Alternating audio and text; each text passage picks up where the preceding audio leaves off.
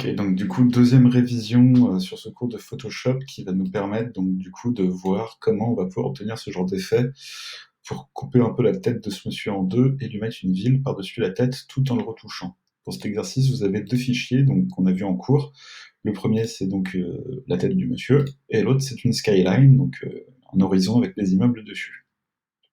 La première chose à faire, en fait, ça va être de réussir donc à trouver un fond homogène pour mettre la tête du monsieur. Vous pouvez donc créer un nouveau calque que vous allez pouvoir appeler background par exemple, et que vous allez pouvoir remplir avec la couleur de votre choix, en fonction, en fonction de vos envies. Moi je vais garder une couleur un peu marron comme ça. Je vais dupliquer la tête du monsieur, que je vais appeler monsieur d'ailleurs comme calque, hop, et je vais glisser donc par-dessus le background. Ce que je vais faire ensuite, c'est que je vais aller dans Images, Réglages et Désaturation pour enlever la couleur de la personne. Et ensuite, je vais juste la mettre en mode produit sur le fond pour pouvoir faire en sorte voilà, que toutes les couleurs soient homogènes. Et vous voyez, en plus, j'ai même pas besoin de détourer sa tête et enlever le fond blanc, puisqu'en le mettant en mode produit, je fais disparaître le fond blanc. Donc c'est très rapide, en fait, pas besoin de détourer. Le seul détourage à faire, c'est du coup de réussir avec l'outil lasso à enlever de manière assez élégante le col, hop, pour refaire un peu comme racine carrée de Stromae. Et là, vous avez juste à faire un petit backspace, donc la touche retour en arrière sur votre clavier pour pouvoir isoler la tête. Et après, vous pouvez réduire un peu sa taille pour la centrer dans le centre de votre image. Maintenant, pour détourer la skyline, donc comme on a pu le voir en cours, sélection d'objets, ça va pas faire de bons résultats. Hein, vous voyez, il y a trop de pixels de la même couleur et Photoshop a du mal à détecter par lui-même quelles sont les zones à sélectionner et quelles sont les zones à ne pas sélectionner. Donc pour ça, moi je vous recommanderais toujours de prendre la baguette magique avec une tolérance à 30, ça va être pas mal. La tolérance, hein, c'est ce qui va vous permettre de sélectionner plus de pixels d'un coup quand vous allez cliquer avec l'outil baguette magique. Hein. Je vous rappelle que l'outil baguette magique sélectionne des pixels d'une même couleur et c'est ce qui fait que ça peut faire des grandes sélections étendues comme ça. Ça tombe bien, on a un ciel qui est plutôt assez uni en termes de couleurs.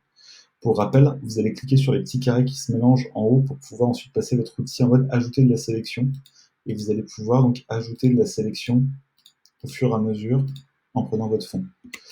Comme vous pouvez le voir, vous avez, sans faire exprès, pris un peu plus d'éléments que prévu sur certains endroits. Donc pour ça, pas de panique, hein, vous avez juste à prendre un outil lasso polygonal, passer en soustraire de la sélection, donc cette deuxième option-là, et je vous rappelle que l'outil lasso polygonal, c'est un outil qui va vous permettre d'être très précis quand vous allez créer de la sélection. Voilà. Et donc là, j'ai bien ma ville. Enfin, pas complètement, puisqu'il va falloir que j'intervertisse cette sélection, normalement sélection intervertir.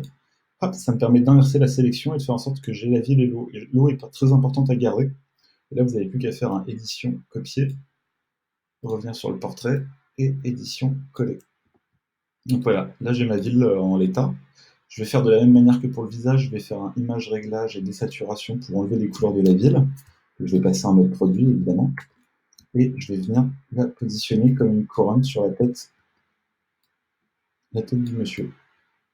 Voilà, donc du coup, je vais lui faire une petite cime de cheveux comme ceci. Hop, je vais valider. Et maintenant, pour faire apparaître la ville à travers les cheveux, ville, je vais pouvoir créer un masque de fusion sur le monsieur et un sur la ville. Sur le monsieur, je vais prendre un pinceau à arrondi flou et je vais venir peindre en noir sur mon masque de fusion, hop, avec une broche normale si possible. Voilà.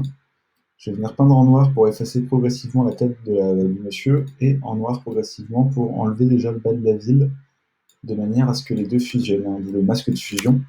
Et je vais prendre une broche de temps en temps un peu plus grande pour pouvoir faire une liaison un peu plus sexy. Voilà, il ne faut pas hésiter à mélanger les techniques. Hein. Et pour terminer, globalement, je vais juste reprendre mon outil lasso. Je vais venir essayer de redessiner un tout petit peu les cheveux de l'individu. Hop, j'ai sélectionné cet endroit-là. Je prends mon pot de peinture et je vais remplir cette zone que j'ai sélectionnée de noir. Et je vais faire pareil de l'autre côté. Tac. Je vais essayer de venir suivre logiquement le haut du crâne de la personne.